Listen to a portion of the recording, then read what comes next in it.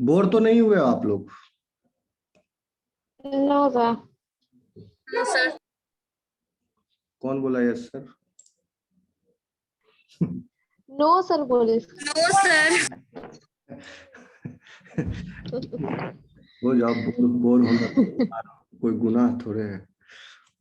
हम खुद बोर हो गए, ये इतने दिन से चल रहा है फर्टिलाइजेशन। इसके बाद ये यूनिट खत्म हो जाएगा, हम लोग एनिमल बिहेवियर का फर्स्ट यूनिट जो पेपर 13 है उसको स्टार्ट करेंगे। थोड़ा स्वाद में परिवर्तन आना जरूरी है। हाँ सर। हाँ sir, paper sir, change yes, करके पढ़ने से ना सर फ्रेश लगता है कुछ। और याद भी अच्छे से हो जाता है सर, दिमाग में फिट हो जाता है। पूरा दिमाग में एक महीना से फर्टिलाइजेशन और यूजेनेसिस परमेटेजेनेसिस यही घूम रहा है बस। चलो बहुत बहुत सर पफिंग हो गया है सर इसका, इस पूरा यूनिट में। अब ये खत्म हो गया, अब ये जो है ना गया, बस ये लास्ट पॉइंट है, आप समझ लीजिए। इसके पहले अभी हम क्या बता रहे थे कि प्रोटीन सिंथेसिस जो स्टॉप हो रखा था यूजेनेसिस के एंड में, स्टॉप कर दिया गया था प्रोटीन सिंथेसिस साइटोप्लाज्म के अंदर, क्योंकि इनहिबिटर के एक सेकंड, रिकॉर्डिंग चालू है ना? हाँ ओके।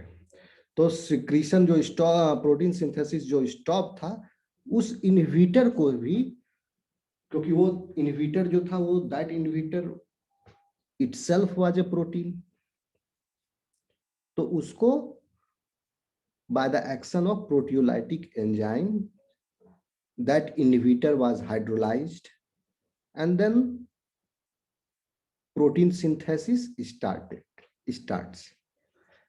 तो हाइड्रोलाइजिंग एंजाइम इनएक्टिव फॉर्म में से एक्टिव फॉर्म में कैसे आया था? एडिनाइल साइक्लेज एंजाइम के एक्टिवेट होने के वजह से जो साइक्लिक एमपी का कंसंट्रेशन बढ़ा साइटोप्लाज्म में, उसकी वजह से। क्लियर हूं मैं?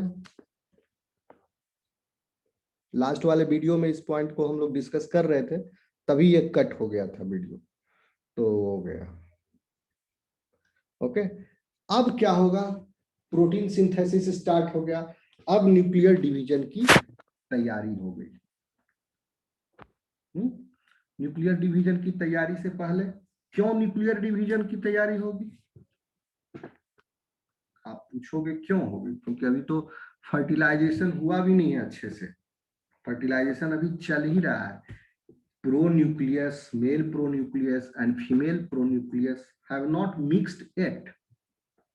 एम्फी मिक्सिस अभी हुआ नहीं, एम्फी मिक्सिस होगा, उसके बाद आपका डिवीजन होगा जायगोट का। लेकिन ये जो हम अभी बोल रहे हैं nuclear division, initiation of this nuclear division, this division is about the division of egg. आपको याद होगा कि मियोसिस 2 में पोलर बॉडी का फॉर्मेशन का जिक्र हम लोग कभी नहीं किए थे अभी तक, अब करेंगे। The time of fertilization or the stage of fertilization is different in different animals। Meiosis के किस स्टेज पर फर्टिलाइजेशन होगा, this is different in different animal. लेकिन हाँ, mixing of pronucleus will only happen after the formation of second polar body. ये difference है। Fertilisation क्या है? जैसे ही प्रोन्यूक्लियस एंटर कर गया आपके साइटोप्लाज्म में, वो फर्टिलाइजेशन हो गया। लेकिन अभी तक न्यूक्लियर डिवीजन मियोसिस जो है कंप्लीट नहीं हुआ है। तो ये होता कैसे है? कुछ एग्जांपल है आप लोग, जैसे ह्यूमन के केस में कब होता है फर्टिलाइजेशन, बता सकता है कोई? किस स्टेज पर होता है ह्यूमंस में? When does it happen? और in most of the mammals, ये जो सी अर्चिन जो भी हम लोग इतना पढ़ रहे हैं, उसमें कहां पर होता है? सी अर्चिन में किस स्टेज पर ये जो फर्टिलाइजेशन हो रहा है? यहाँ पर एक जो है कौन सा स्टेज में है सेल डिवीजन के? यहाँ पर फीमेल प्रोन्यूक्लियस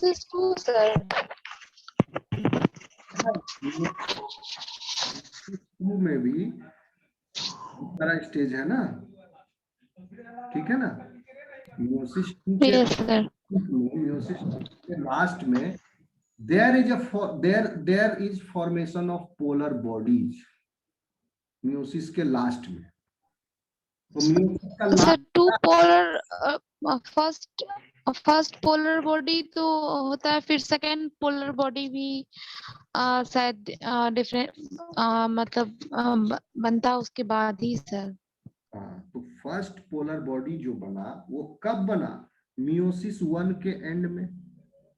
ओके, यानी आप कहो मेटाफेज 2 के पहले। मेटाफेज 2 किसका था, मियोसिस 2 का फर्स्ट स्टेज था, सेकेंड स्टेज था मेटाफेज 2। तो मेटाफेज 2 के पहले आपका क्या है, meiosis 1। Humans and most of the mammals fertilization occurs at this stage, यानी कब, मेटाफेज 2 में। यानी अभी सेल डिवीजन चल ही रहा है, तभी आपका क्या हो गया, फर्टिलाइजेशन हो गया। तो मेटाफेज 2 के पहले तक आपका there is a formation of first polar body. क्यों, क्योंकि सेकेंडरी oocyte का फॉर्मेशन हो चुका है। ठीक है, सेकेंडरी oocyte का फॉर्मेशन कब हुआ, at the end of meiosis 1। तो सेकेंडरी oocyte का formation plus there is a formation of one polar body, first polar body. उसके बाद first polar body will divide into further 2 polar bodies and secondary oocyte will give rise to second polar body. After the karyokinesis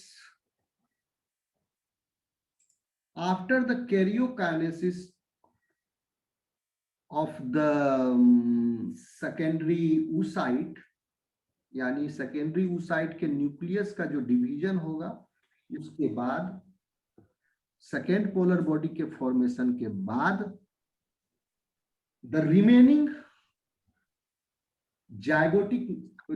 remaining gametic nuclei will be called as pronuclei, pronucleus. तो यहां पर उसको क्या बोलेंगे, female pronucleus. तो female pronucleus का निर्माण कब हुआ, after the formation of the second polar body, और you can say after the completion of the cell division, meiotic cell division. Meiotic cell division कब एंड हुआ, मियोसिस 2 के अंत में। मियोसिस 2 के अंत में formation of second polar body हो गया। ओके, उसके बाद हम क्या बोले, जो डाउटर सेल बचा, जो फंक्शनल डाउटर सेल था, यानी एग, उसमें जो न्यूक्लियस था उसको हम कहते हैं फीमेल प्रोन्यूक्लियाई। तो जब फीमेल प्रोन्यूक्लियाई लिखा हुआ अगर आपको कहीं मिले तो समझ जाना कि division is complete now, nuclear division is complete now. तो होता क्या है, न्यूक्लियर डिवीजन होता है। ओके, अब दूसरा क्या हुआ, समझ में आ रहा है कि नहीं आप लोगों को। Human and in the case of most of the mammals, समझ में आ रहा है, किसी को कहीं कोई दिक्कत तो नहीं है। यस और नो, बोलते रहो कुछ। सर, ठीक है, अब देखिए ह्यूमंस, फिर से बताता हूं, ह्यूमंस में किस स्टेज में हुआ फर्टिलाइजेशन, उस समय सेल डिवीजन का कौन सा स्टेज चल रहा था, मेटाफेज 2। मेटाफेज 2 चल रहा था, यानी मेटाफेज 2 का मतलब क्या हुआ, फर्स्ट पोलर बॉडी का फॉर्मेशन हो गया, सेकेंड पोलर बॉडी का फॉर्मेशन अभी नहीं हुआ है, यानी फीमेल प्रोन्यूक्लियाई का निर्माण अभी तक हुआ नहीं है, और फर्टिलाइजेशन हो गया मैमल में। ठीक है, तो अब क्या जरूरत है फर्टिलाइजेशन इवेंट में, after the activation of ovum में फर्दर न्यूक्लियर डिवीजन होगा ना, फिर आगे न्यूक्लियर डिवीजन होगा। इनिशिएट होगा न्यूक्लियर डिवीजन का। फर्टिलाइजेशन होने तक वो वेट करता है वहां पर। ये different different adaptation and different different animals. Metaphase 2 में आकर के सेल जो है क्विंसेंट स्टेज में अब है, अरेस्ट हो गया वहां पर। फिर फर्दर उसका सेल डिवीजन। अब फर्टिलाइजेशन होगा तभी फिर आगे बढ़ेगा वो मेटाफेज 2 के बाद। ये दूसरा अरेस्ट है। पहला अरेस्ट कहां पर लगा हुआ था? प्रोफेज 1 में, ठीक है। कौन सा स्टेज पर? डिप्लोप्टीन स्टेज पर। And this is the second arrest fertilization के पहले। कहां पर? In the case of mammals at the stage of metaphase 2। जैसे ही फर्टिलाइजेशन हुआ, मेटाफेज 2 से आगे न्यूक्लियर डिवीजन प्रोग्रेस कर जाता है। So the eggs are now ready for the fertilization. Okay, so कुछ एग्जाम्पल है, जैसे कि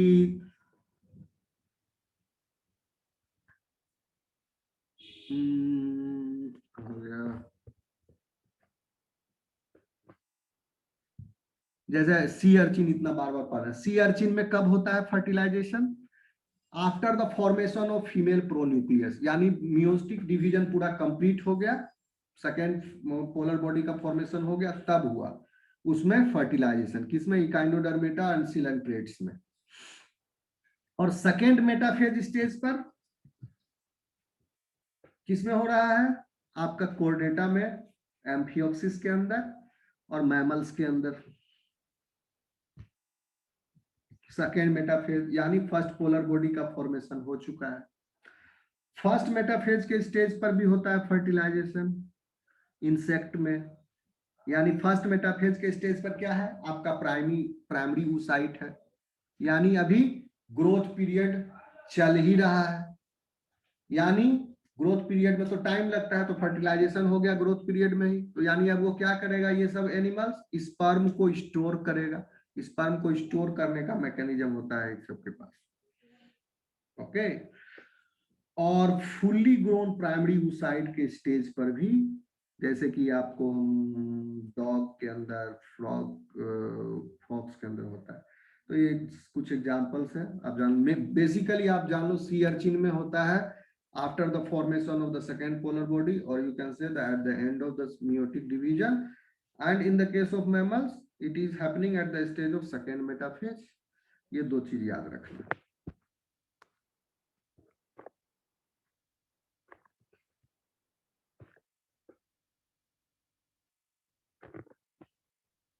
ठीक है, यहां तक किसी को कोई क्लियर दिक्कत तो नहीं है?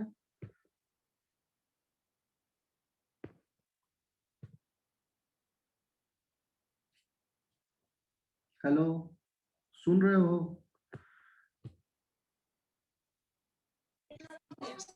Yes sir. अच्छा, अब स्पर्म का पेनिट्रेशन हो गया एग के अंदर। तो स्पर्म के पेनिट्रेशन के बाद प्रोटीन सिंथेसिस तो हम देखे ही थे, बढ़ा। अभी लास्ट पीछे वाले में दिखा है कि साइटोप्लाज्म के अंदर क्या क्या चेंज आया, जिसमें मेटाबॉलिक एक्टिविटी बढ़ा, तो उसमें प्रोटीन का सिंथेसिस बढ़ा। तो कुछ चेंजेस यहाँ आया। न्यूक्लियर रीजन में भी डीएनए सिंथेसिस भी बढ़ता है वहां पर after sperm penetration, and the rate increases immediately after the fertilization. Okay, and this sperm entry initiates nuclear division also, as I have told you earlier, by introducing its centriole. Centriole भी आया।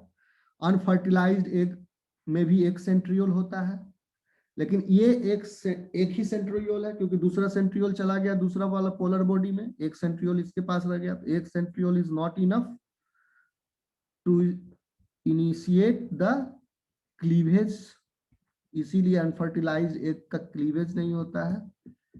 Okay, with the entry of spermatozoon, now the egg जो है it receives the second centriole from the spermatozoo, and then the nuclear division is initiated. तो ये reason है nuclear division initiate होने का। अब यहां पर आपका ये स्टेप खत्म होता है। कौन सा स्टेप? चौथा। क्या था? Activation of ovum. फिफ्थ बचा हुआ है migration of pronuclei and amphimixis. ठीक है, इसको हम लोग कल सुबह पढ़ेंगे, ज्यादा बड़ा नहीं है, छोटा सा है। सबसे बड़ा टॉपिक यही था, एक्टिवेशन ऑफ ओवम, ये पांचों स्टेप में से।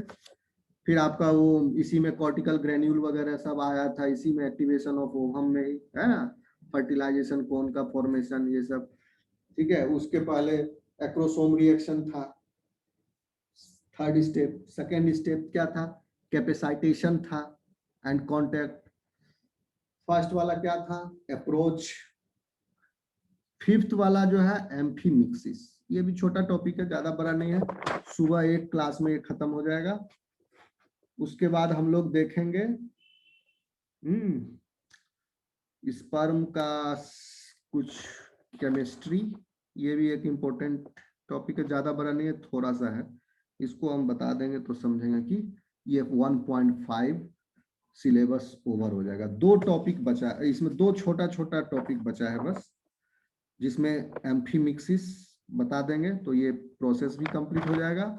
और उसके बाद थोड़ा सा फर्टिलाइजेशन का, कुछ hormones are also involve in fertilization, that will conclude that portion of the pure syllabus. ठीक है, कल सुबह। सर। हाँ जी, बोलिए। यस पूछना है?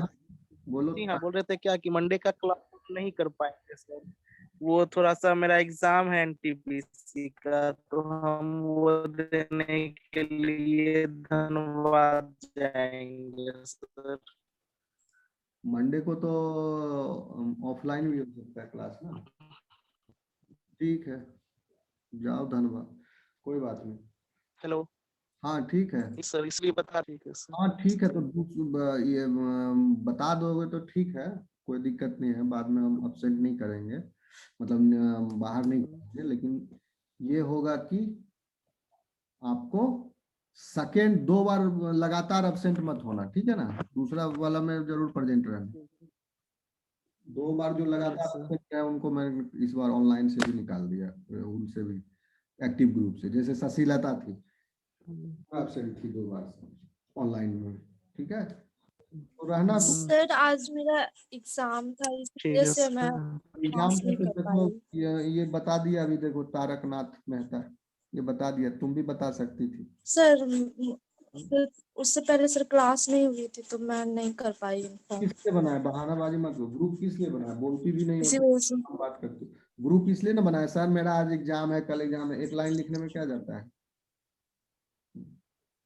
हम बेकार में सोचते रहेंगे कि Shashi yes sir, sorry sir. नहीं आएंगे, उससे बढ़िया है ना कि 2 दिन पहले ये लिख दो कि सर मेरा फलना दिन एग्जाम है, नहीं रहूंगे, सभी तारकनाथ किया, ये अभी बोल दिया, हमको निश्चिंत कर दिया, हम अब निश्चिंत है इसे, तो हम सोचते रहे वो क्यों नहीं आया, लगता है कुछ बात तो नहीं, छोटा तरीका। एनीवे, तो ये आपका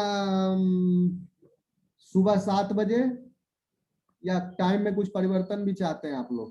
कंफर्टेबल है आपके लिए? Yes sir.